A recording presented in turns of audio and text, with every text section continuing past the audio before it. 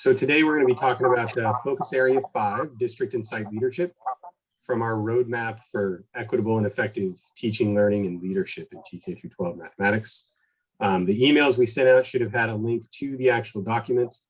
This is our 5th of 5 areas within the document that we are providing to hopefully give guidance to districts and a starting point to have some conversations around shifting mathematics in our districts and county.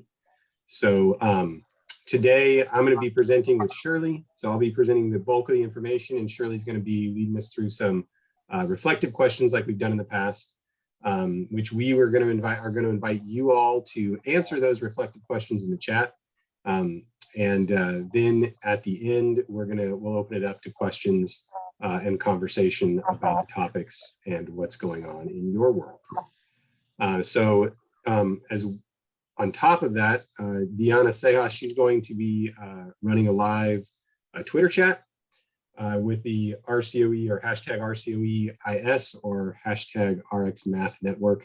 And Karen's going to be monitoring the chat for us. If you have any questions along the way, feel free to unmute and ask those, or drop them in the chat, and Karen will let us know what they are and we'll answer them along the way. So with that, the contact information for all of us, including our executive director, Mike Barney, is here as well, and we'll be providing a link to this presentation at the end of the session today. As I mentioned, the live tweeting will be going on from our Region 10 Math Twitter account, which is RX_math. And the hashtags are down there at the bottom that you can look for if you'd like to comment and continue the conversation on Twitter. So as we've talked about in our other sessions, as a brief review, we've talked about the purpose of this document was to highlight the need for significant changes within our system that must be addressed through collaborative conversations with students, parents, and administrators. We wanted to bring a focus to some inequitable practices within the educational system, as well as Riverside County and other counties. Also illuminating topics that could begin or continue to facilitate crucial conversations with stakeholders around things that may need to change to increase equitable practices and equitable access for students in our organizations. So that was the purpose of the roadmap document when we went into writing it and developing it. And the organization of the document is built off of the Todos Math for All and NCTM position paper. We've organized it into 5 focus areas, and in each focus area, there's a section acknowledging our current reality, actions that could be taken by districts, and how you might pursue some accountability towards those actions. Again, what we provided is not comprehensive. It's just potential starting points. So as a way of looking at the last 4 areas, just before we move into today's focus area, the previous 4, the first one, systemic structures necessary for progress. One of the things, as an example, that we highlighted here was the current practices of acceleration and tracking within our system that oftentimes go all the way down to TK or K, but definitely in middle school and high school. I know I was listening to someone speak last week who mentioned that they'd heard of a pre-AP kindergarten class. Not really sure, what the qualifications are for a class like that, but it's kind of shocking to hear that it exists. And so things like that are what we were talking about as far as systemic structures, as well as looking at things like speed versus depth in math class and so on. We also talked in focus area 2 fairly in depth about staff, teacher and staff professional development, and the need to focus that around mathematics and have a mathematics goal.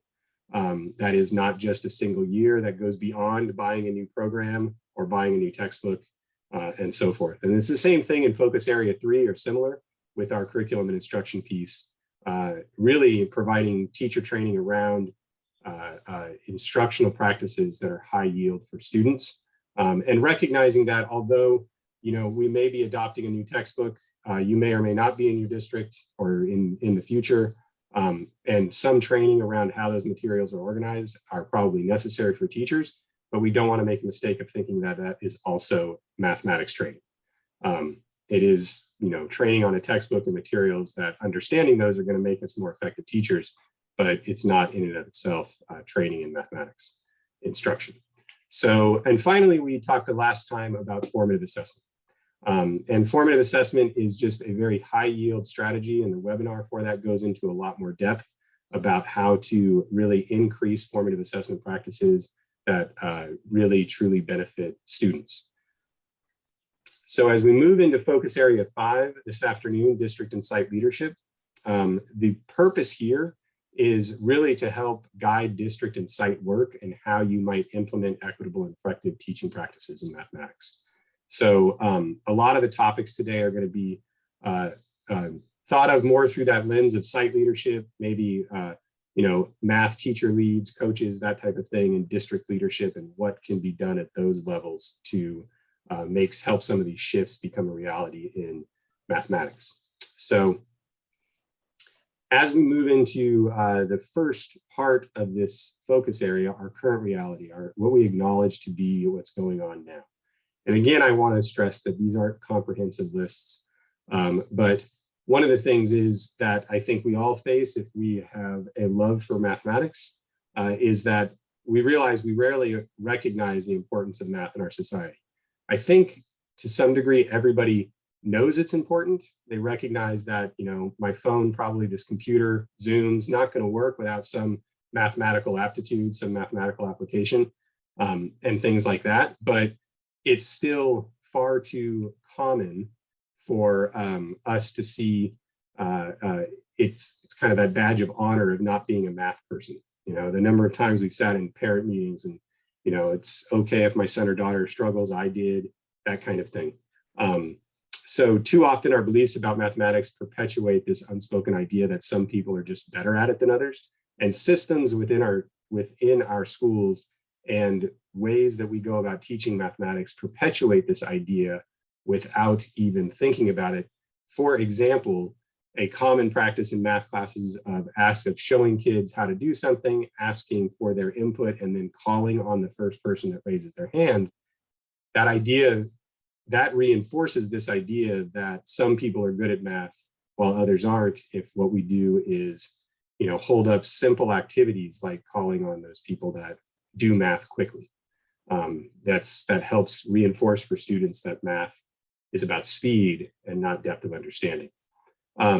Also within our systems, and this is probably different, there's different degrees of this within Riverside County, depending on your site and your district, but we rarely have comprehensive plans to improve student dispositions, depths of understanding, and teacher content, knowledge, and pedagogy. So we rarely go about actually implementing long-term plans that improve these things and that focus on these things around mathematics.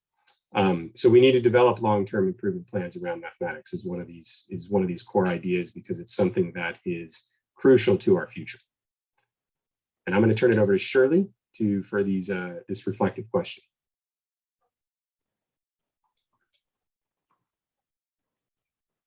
Yep, I know I was muted. Did it again. Think about these questions for a moment, and then you can respond in the chat, but think it through. Does mathematics hold a position of equal importance with the goals of your district?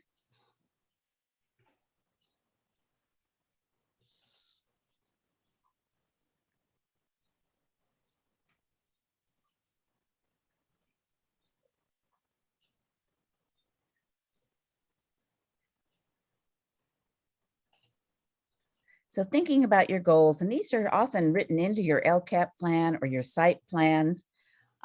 Sometimes we don't even know what they are because we're not the ones writing those plans, but your district has a plan.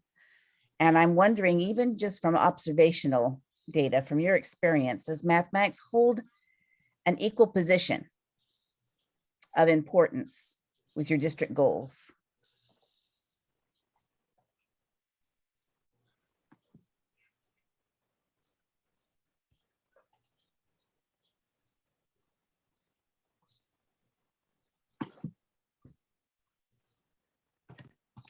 So I'm hearing that on paper, yes.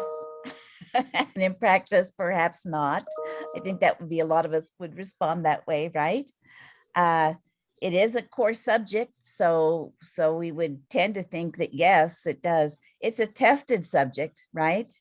I think as much as tests, the types of tests that we give and the frequency bother me, but in some respects, I'm glad it's tested because I wonder what priority it would get if it wasn't tested. Um, that's optimistic that the ship is turning to yes when we say college and career ready, but I'm pushing to get teachers to answer what math means for them. Really good point. Okay. Kelly didn't elaborate. She said no. She just said no. So that's okay. It's going to be different everywhere, right? And then our own experience within our own particular district. And there's some agreement here. And it's great, Paula, that we're pushing to take 4 years of math. I think that's a really, really positive thing. As part of that ship turning. It's not as strange to say that I remember the good old days where it was, we were happy with 2 in high school. There was a time. Mhm. So we're making progress. And So thank you for your I comments. wonder too, that is really good progress. I mean, really good that ship's turning, and there's, we're encouraging in some districts for kids to take that 4 years of math, even though 2 is required. I wonder too if, thinking about those goals, how common it is for our goals to go beyond improvement on SBAC. I know it's been a couple years or a year we didn't take SBAC last year, and Yep. Certain people in districts right now are turning LCAPs in that are looking back to the LCAP and where the dashboard was 2 years ago. And we talk about growth in language arts and mathematics, but how often, even in language arts, like does our vision, our aspirations for improving math instruction, how often do they actually go beyond? I want to see a 5-point gain in distance from MET on LCAP. And what other data can we gather to help us with those decisions? Yeah, good point. So one of the other questions is here. And this is, how could you help lead change efforts that help center the importance of mathematics?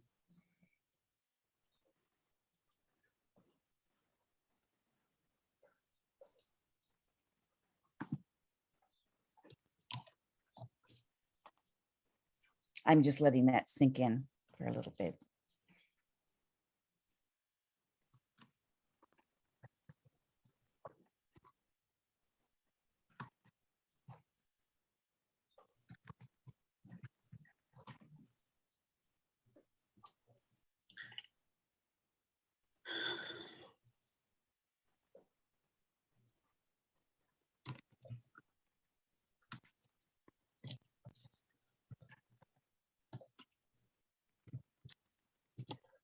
So I'm seeing continuing the conversations about the importance of mathematics, and who are we conversing with?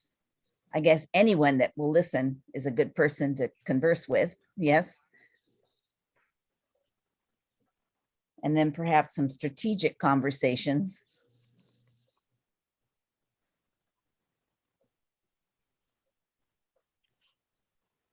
I think that's a great pet peeve Yeah, to have, Paula. Yeah, me too. I agree. I think those some PLCs or some release time, whatever is just, it's clerical or social, or or even if it's on task, it's not on things that are really urgent and critical, like the mathematics, looking at student work. That's great. Thank you, Kelly, discussing the data and research at key times. Yeah, and you're so right, sharing positive results and how those results were achieved. That's really great. It can't all be just, let's get busy and do it. Mhm. We need some optimism. We need some results. We need to see that our efforts are making changes, right? Yeah, Paula, I agree. And yeah, Nadira, having to truly get the executive leadership on board so that we have structures that support instruction. Mhm. Absolutely. We have to prioritize mathematics. And I Okay. have to prioritize moving some of the things that get in the way of effective PLCs off people's Yes. plates. Yes. You know. All right, so as we move to the action portion of this, some of the things that we bring up within the document, and it obviously goes into more depth within the document, is going to show things like here, where you want to work with stakeholders to develop these comprehensive plans. Part of what we run into oftentimes is, one of us, those of us who have a passion for mathematics and math learning, end up being kind of the warrior for mathematics, and we come up with ideas and we get a few other people involved, and somebody gives us maybe the green light to implement some formative assessment training or things like that with re-engagement lessons or looking at student work, that kind of thing. But if leadership changes or our role changes, then or that person's role changes, then those things fall by the wayside. Potentially, because oftentimes we'll hear about great things that are going on at other school sites or around the country, and like, oh, we want to take that and implement that here, but we sometimes skip over that step of actually shifting mindsets and beliefs and bringing people along with us. And so really getting face time with those stakeholders, whether it's your executive leadership in the district, parents, the students, the teachers. Nothing is detrimental to a change effort as not realizing that the people who needed to be in the room weren't in the room, and they end up becoming the naysayers and tearing down what we're trying to do because we didn't help to bring them along and give them a voice in the process of developing these plans. So like we talked about, part of that plan being training that's focused on recognizing that training that's focused on textbook materials is not math content and pedagogy training. What that really does, and we need to recognize this, is that reinforces this idea that the textbook is the authority and that the teacher should be going through that in a sequential order, lesson by lesson. And we do provide things that push teachers away from this, pacing guides that eliminate lessons and things like that. But at the same time, a pacing guide also reinforces that idea that that curriculum or that textbook is what should be followed. So we're really looking at developing with stakeholders this vision of math instruction that is sustainable for 3 to 5 years through an improvement plan that is revisited and with the recognition that it's not set in stone.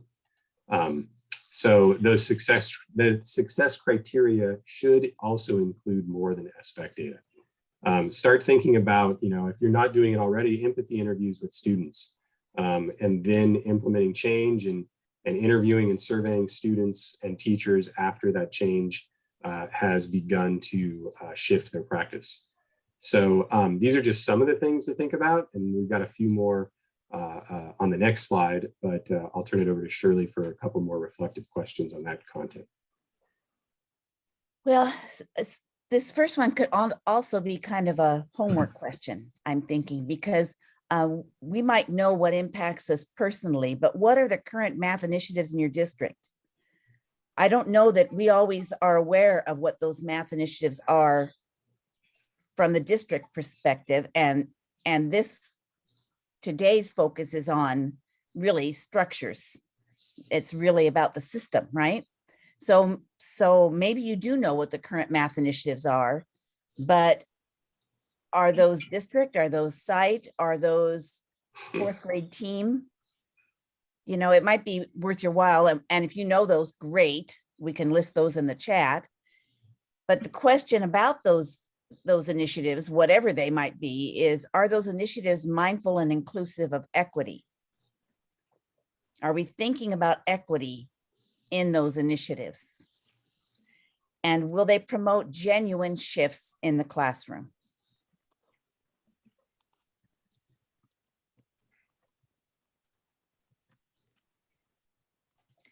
Resources go into initiatives. So we want to make sure those resources, whatever those may be, are well spent.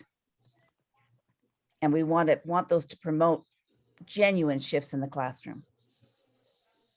So if you have any thoughts about these two questions, drop them in the chat.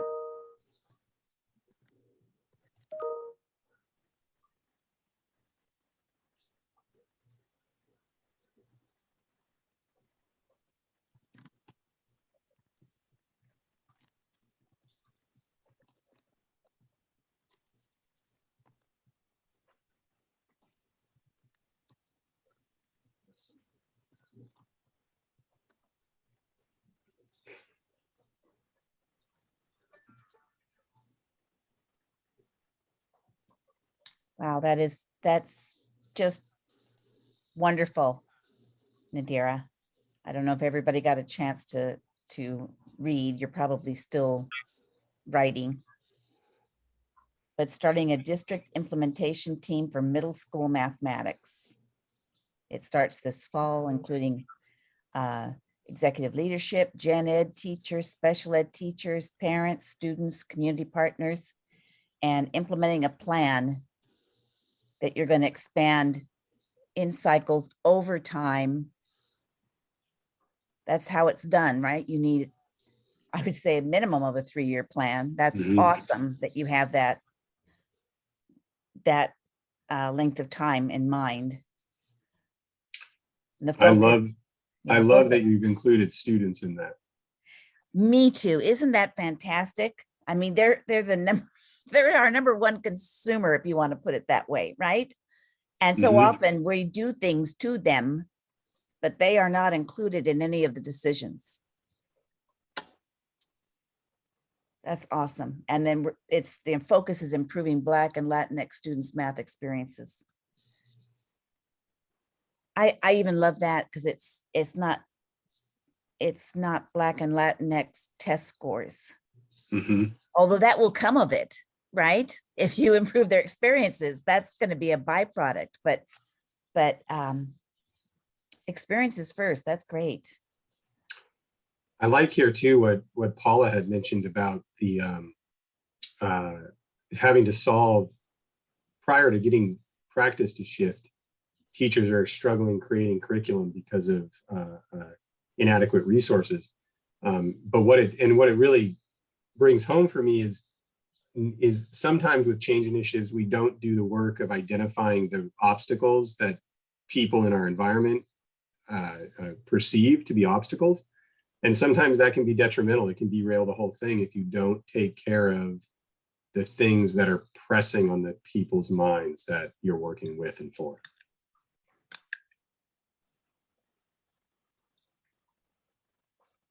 Yeah, it's a lot of wasted energy, right? Needlessly. And that could be expended. We only have so much energy, right? So it's a shame that it's wasted on some other thing instead of on our focus, which is that change in mathematics in that classroom. Yeah. All right, so continuing with the action steps, some of the things that are highlighted, a few other things that are highlighted in the document is this idea of addressing unjust and inequitable policies within our system.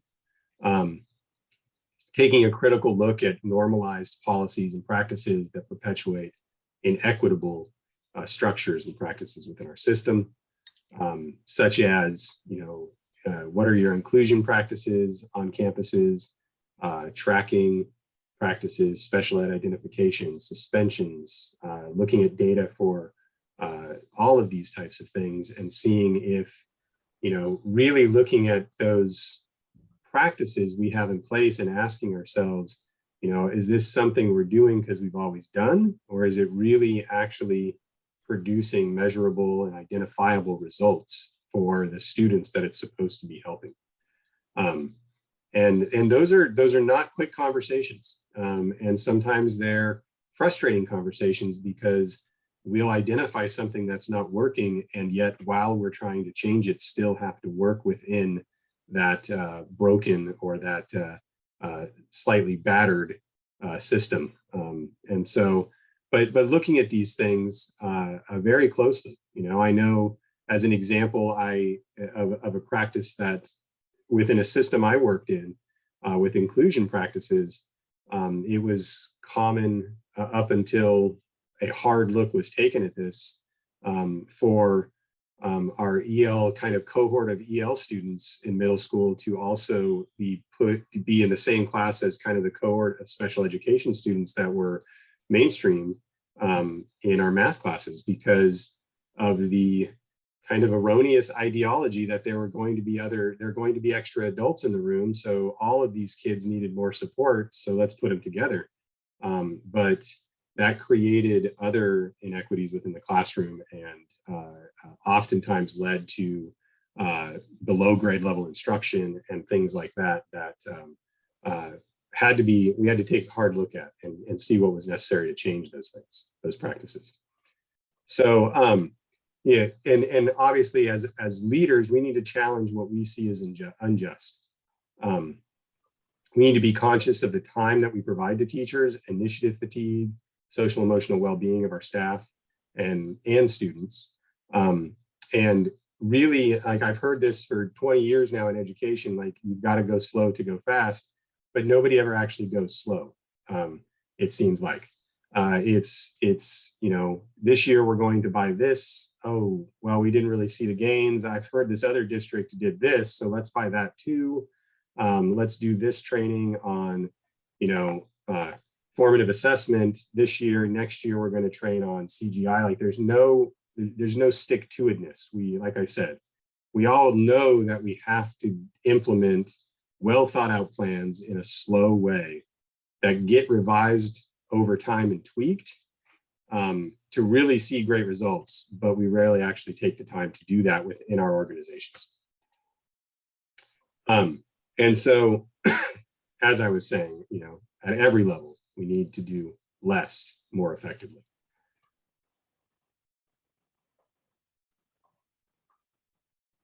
You're muted again, Shirley. I have too much wildlife around here, and so I try to mute it so you don't hear the craziness going on. Thank you. 2 questions. What is a recent math initiative that was abandoned quickly or implemented superficially? I'm just thinking you won't have to think too hard on that one. So go ahead and flood the chat with those. Something that was abandoned or implemented superficially. Which is really hurtful, because some things that we implement are really good. And when they're implemented superficially and they don't produce the results we want, they don't work, then the naysayers can say, well, told you that wouldn't work, right? It's ammunition for people that don't want to change when we don't do it well. So very hurtful. And then how could we ensure equity in mathematics is centered in our discussions? And that may be more of a personal reflection. How can we ensure equity in mathematics is centered in our discussions?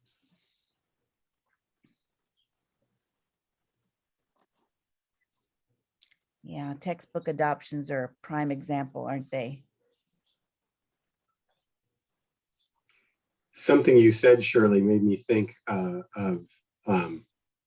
not only do the naysayers say, like, oh, I told you that wouldn't work, but we're also, our own worst enemy, because 3 years later, when we try to train on something similar, the ideology is, oh, I tried that.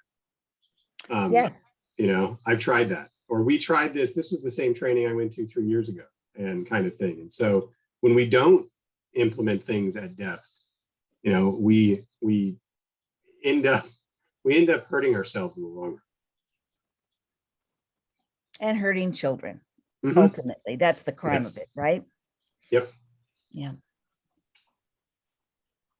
All right. So as we move into kind of the accountability, piece of this, like what's our responsibility to society? Like why is it so urgent that we change structures within our systems, and that as site leaders, we try to focus more on mathematics? As district leaders, we do this, and I realize it may not be a bullet here, but we develop long-term plans, have the courage to go slow with them, monitor them, and improve them.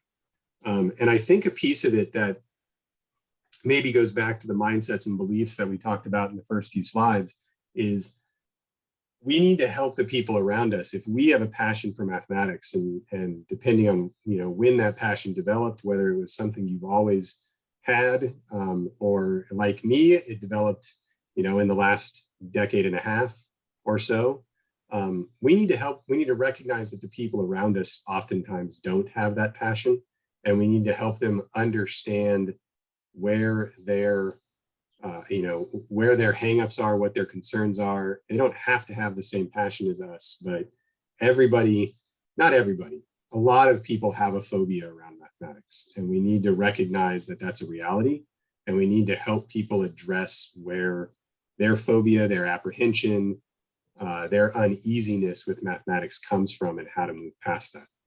And Dennis, yes, I'm sorry to interrupt, but I just want to say that please. That having a passion for mathematics does not mean you do not have a phobia. That's true. Some of the brightest and most accomplished people I've seen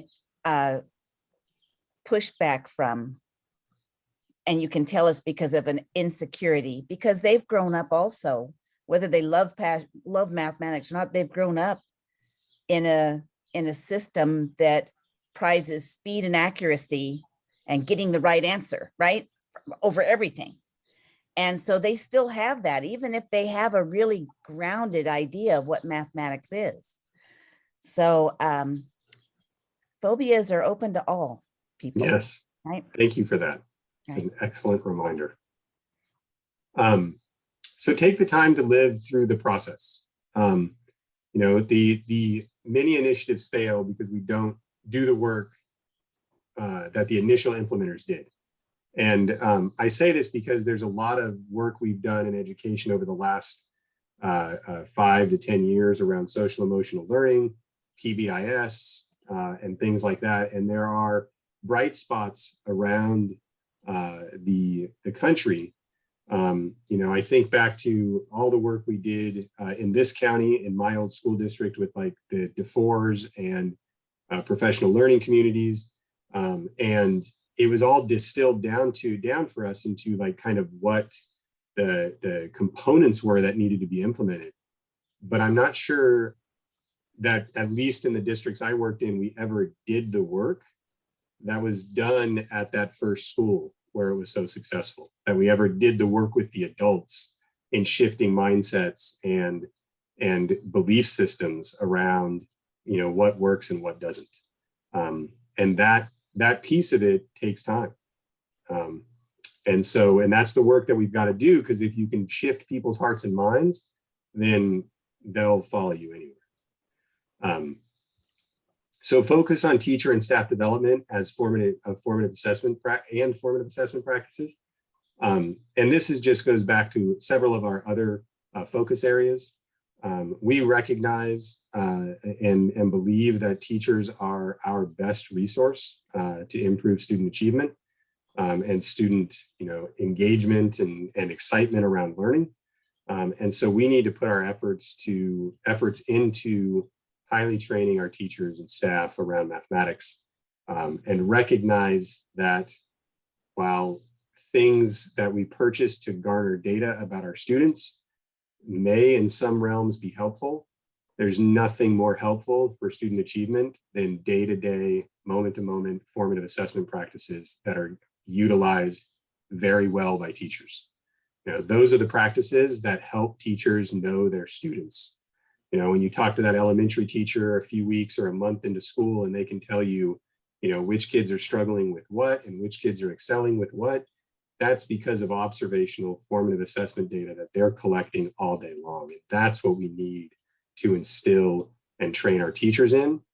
I'm not sure, I know I can say, I don't believe we need another, iReady formative benchmark assessment or whatever it is that is about to happen, as we move towards June.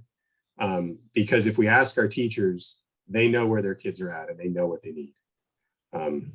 So high quality teaching has the largest impact. We know that for student learning, including all stakeholders in this conversation when these plans are developed is crucial if we want them to be successful.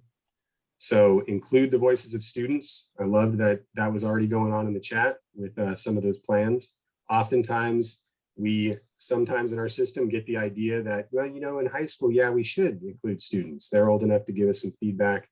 But really, can we ask a third grader? Can we ask a second grader how, what we could do to improve their learning at school? And I'd argue that, yes, we can.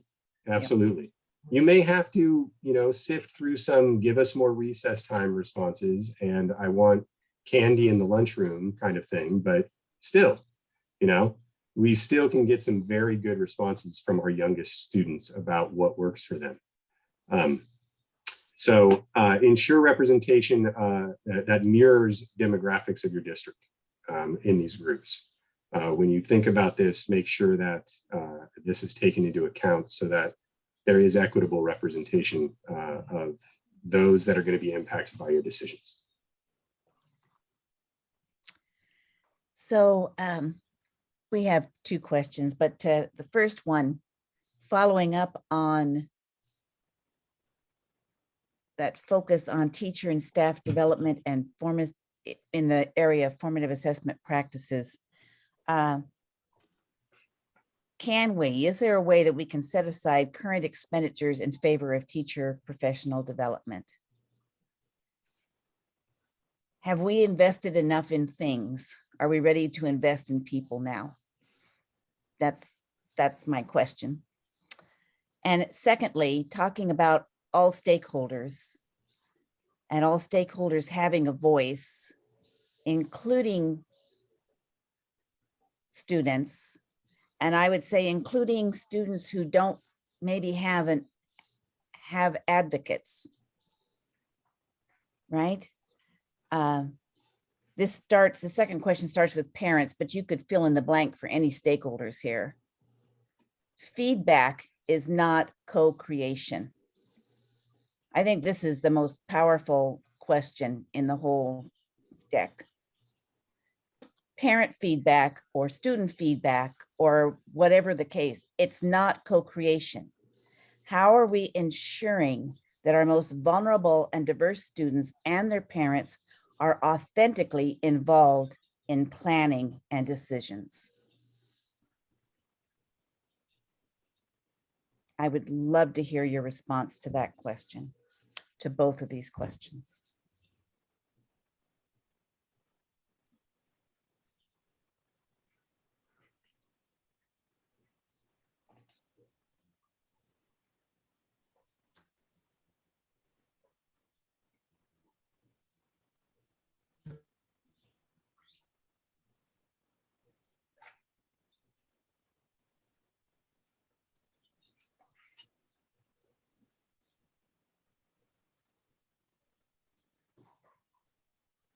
I probably sound like I'm dissing surveys. I'm not, and I'm not dissing empathy interviews. And I do think they have their place, but already by creating the questions on a survey or in an interview, it's possible that unknowingly you are channeling the direction of the response that you might get. Do you understand what I'm saying? I think we need to go beyond. I think they're a great starting place.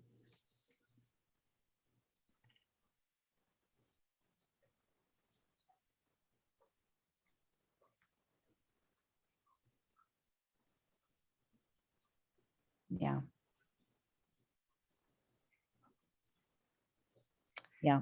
I see a parallel if we think about formative assessment practices. It's almost, oftentimes what I witness is, in essence, giving an exit ticket. That survey is your exit ticket. You get some data back, but we never then re-engage the kid. We rarely re-engage the kids with their comments and back into class and analyzing that student work. In the same sense, we rarely re-engage the parents. Okay, now you gave us this feedback.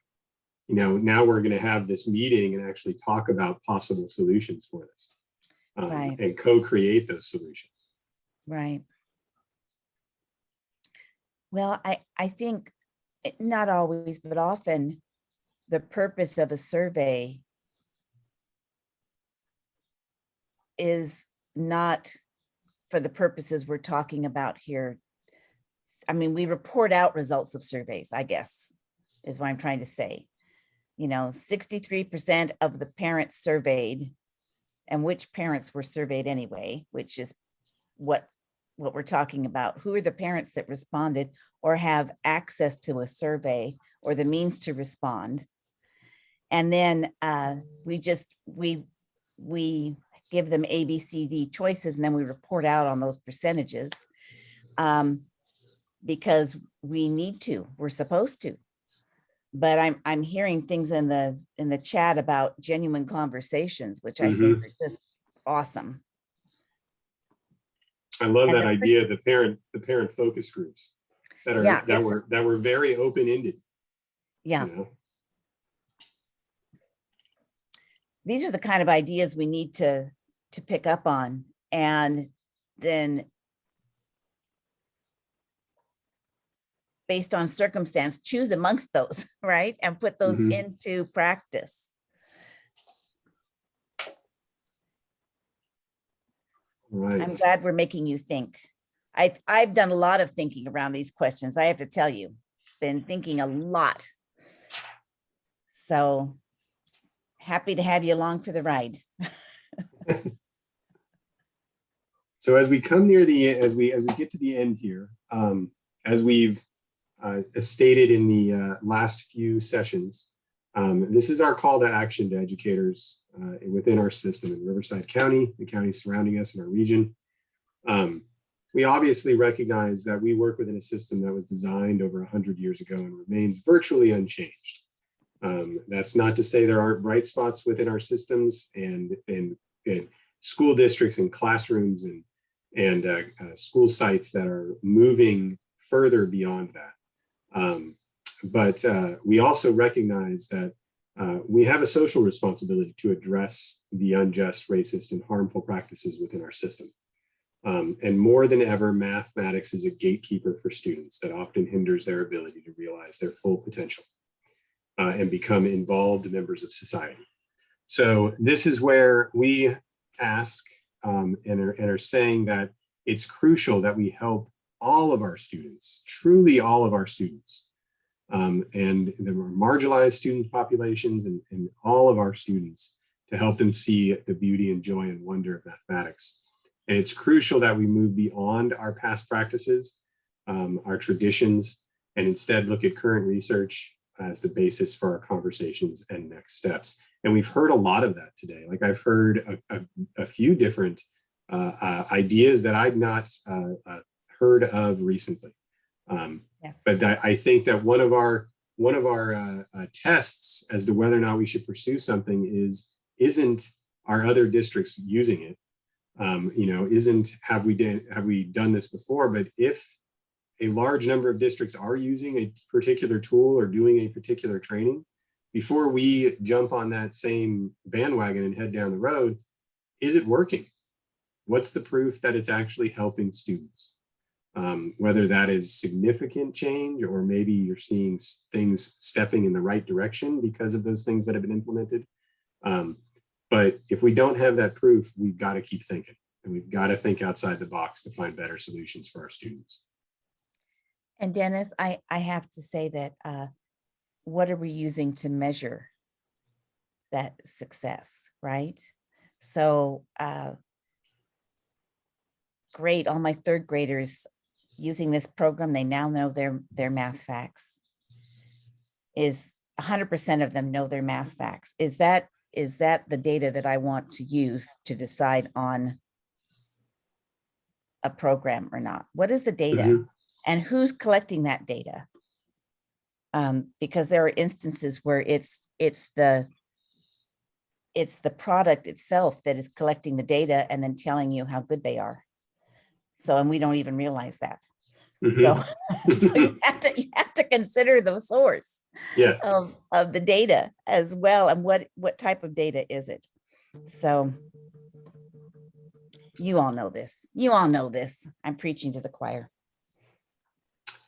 So we have another learning opportunity coming up that I'm going to ask Diana Seha to share with us.